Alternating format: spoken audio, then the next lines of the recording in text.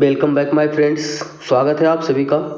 तो दोस्तों फिर से आज हम लोग मैथ के ऑब्जेक्टिव क्वेश्चंस को देखने वाले हैं जो कि क्लास 10 बोर्ड एग्जाम में पूछे जाने की संभावना है। तो सभी के सभी इंपॉर्टेंट क्वेश्चन है दोस्तों, तो शुरू से अंत तक जरूर देखिएगा, ठीक है। चलिए शुरू करते हैं। पहला क्वेश्चन को, निम्नलिखित में से कौन सा अपरिमेय संख्या है। अपरिमेय संख्या कहेंगे जो p बटा क्यू के रूप में नहीं लिखा जाए, जो p बटा क्यू के रूप में नहीं लिखा जाए, ठीक है, उसे अपरिमेय संख्या कहेंगे।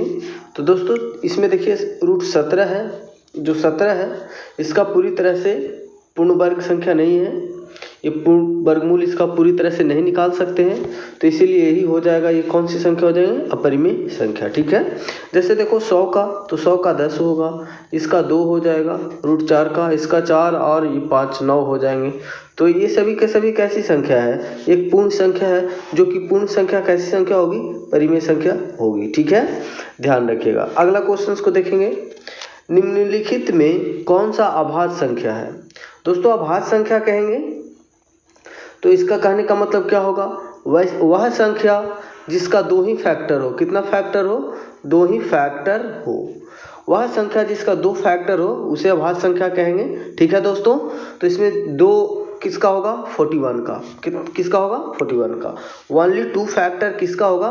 41 का। तो इसका राइट ऑप्शन जो होगा सी हो जाएगा, ठीक है।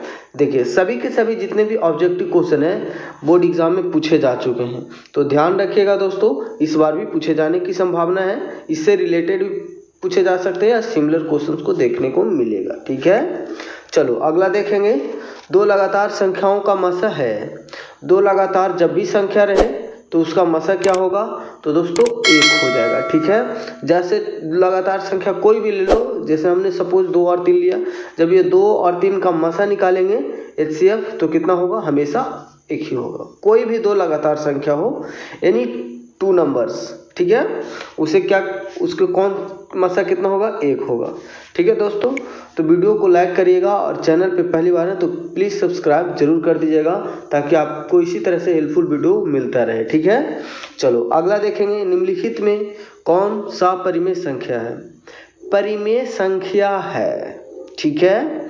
तो हमको देखना है कि इसमें कौन सी ऐसी संख्या है जिसका वर्गमूल पूरा पूरा निकल रहा है, ठीक है दोस्तों। तो इसमें देखिए 32 का जो है पूर्ण वर्गमूल नहीं निकल रहा है, 5 का पूर्ण वर्गमूल नहीं निकलेगा, 50 और 500 का पूर्ण वर्गमूल नहीं निकलेगा। इसमें देखिए 1 का वर्गमूल कितना होगा? 1, और 44 का वर्गमूल कितना होगा? 12, यानी ये हो जाएगा 1/12। तो इसीलिए ऑप्शन कौन हो जाएगा? ऑप्शन ए सही हो जाएगा। तो समझ में आ गया होगा। चलिए अगला क्वेश्चन, किस पूर्णांक के लिए प्रत्येक सम पूर्णांक का रूप है। देखो सम पूर्णांक का रूप का है, जैसे मान लेते हैं पहला सम संख्या 2 है, तो अगला कौन सा होगा? तो इसमें ये तो होगा नहीं, ये होगा नहीं। पूछो क्यों? देखो चूंकि इसमें 1 है लगा हुआ प्लस में, तो एक कैसी संख्या है? इवन संख्या है, नो, है ना। तो ये सम संख्या नहीं है 1, तो ये सम की परिभाषा में हो ही नहीं सकता। यहाँ देखो एक संख्या दिया हुआ है p, तो ऑलरेडी मैंने मान लिया p = 2, तो अगला कौन सा होगा? तो 2p हो जाएगा, उसका दुगुना कर देंगे, ठीक है। तो इसका ऑप्शन कितना हो जाएगा? D 2p। अगला देखिए, निम्नलिखित में किसका दशमलव प्रसार अशांत होगा?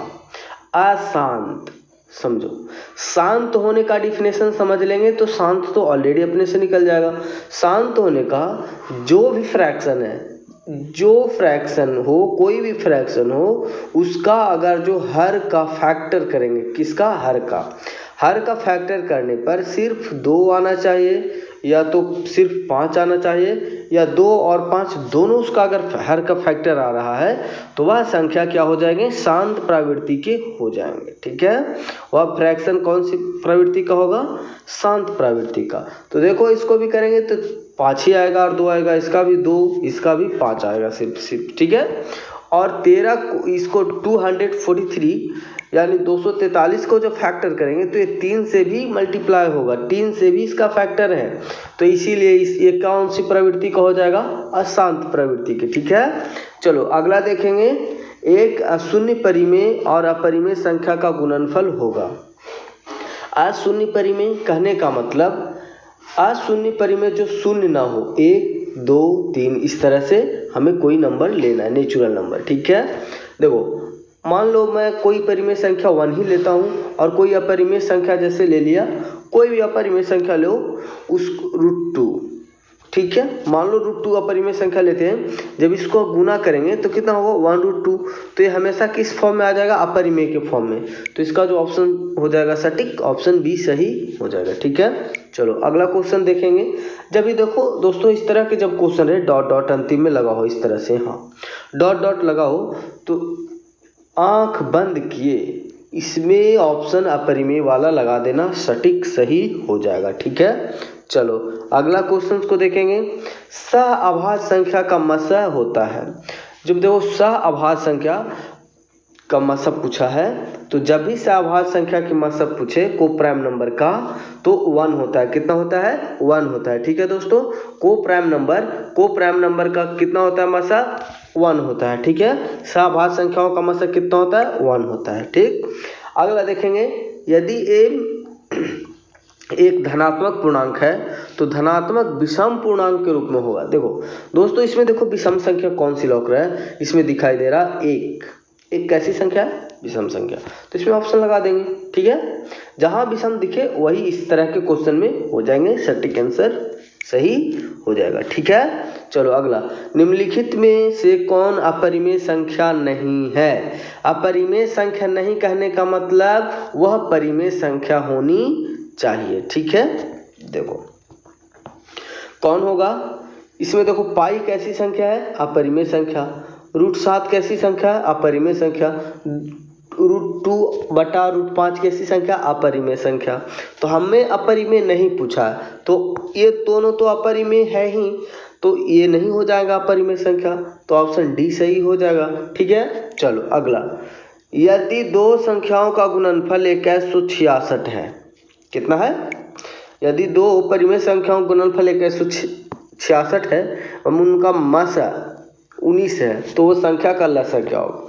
संख्या का लसा बराबर हो जाएगा संख्या का गुणनफल 2166/19। अब इसको डिवाइड कर लेंगे, इसको जब डिवाइड करेंगे तो कौन से ऑप्शन सही होगा इसको देखना है। ठीक है दोस्तों, तो इसको जब डिवाइड करेंगे तो 114 आ जाएगा। कितना, 114 यानी 114, ऑप्शन सी सही हो जाएगा। ठीक है, चलिए अगला क्वेश्चन देखिए। यदि a बराबर 2/3 गुना 3 गुना 5 और b बराबर इतना है तो लसा, देखो लसा क्या होगा, इसमें देखो कितना 2 पर पावर है 3, सबसे कम कितना घात देखना 2 पर 3 है, तो 2 को 3 बार गुना कर लेना है।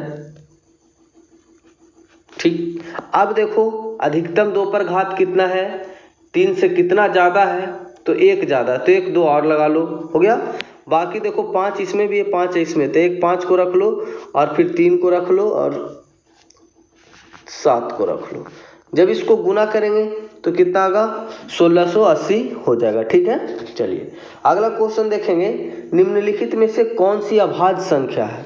अभाज्य संख्या कहने का मतलब वह संख्या जिसका 2 से अधिक फैक्टर नहीं हो, यानी 2 से अधिक गुणनखंड नहीं हो, वैसी संख्या को कौन सी संख्या कहेंगे, अभाज्य संख्या कहेंगे। तो इसमें कौन सी है, 13, ऑप्शन सी सही हो जाएगा। ठीक है, चलिए ये अगला देखेंगे। यदि ए और बी अभाज्य संख्या है तो लसा क्या होगा। देखो जब भी अभाज्य संख्या है और उसका लसा पूछे तो हमें सीधा मल्टीप्लाई कर देंगे। क्या करेंगे, दोनों संख्याओं का मल्टीप्लाई। तो ए और बी का मल्टीप्लाई करेंगे तो A multiply B equal to A B. ठीक है, ऑप्शन सी सही हो जाएगा। तो आई होप आप सबों को यहाँ तक अच्छे से समझ में आ गया होगा।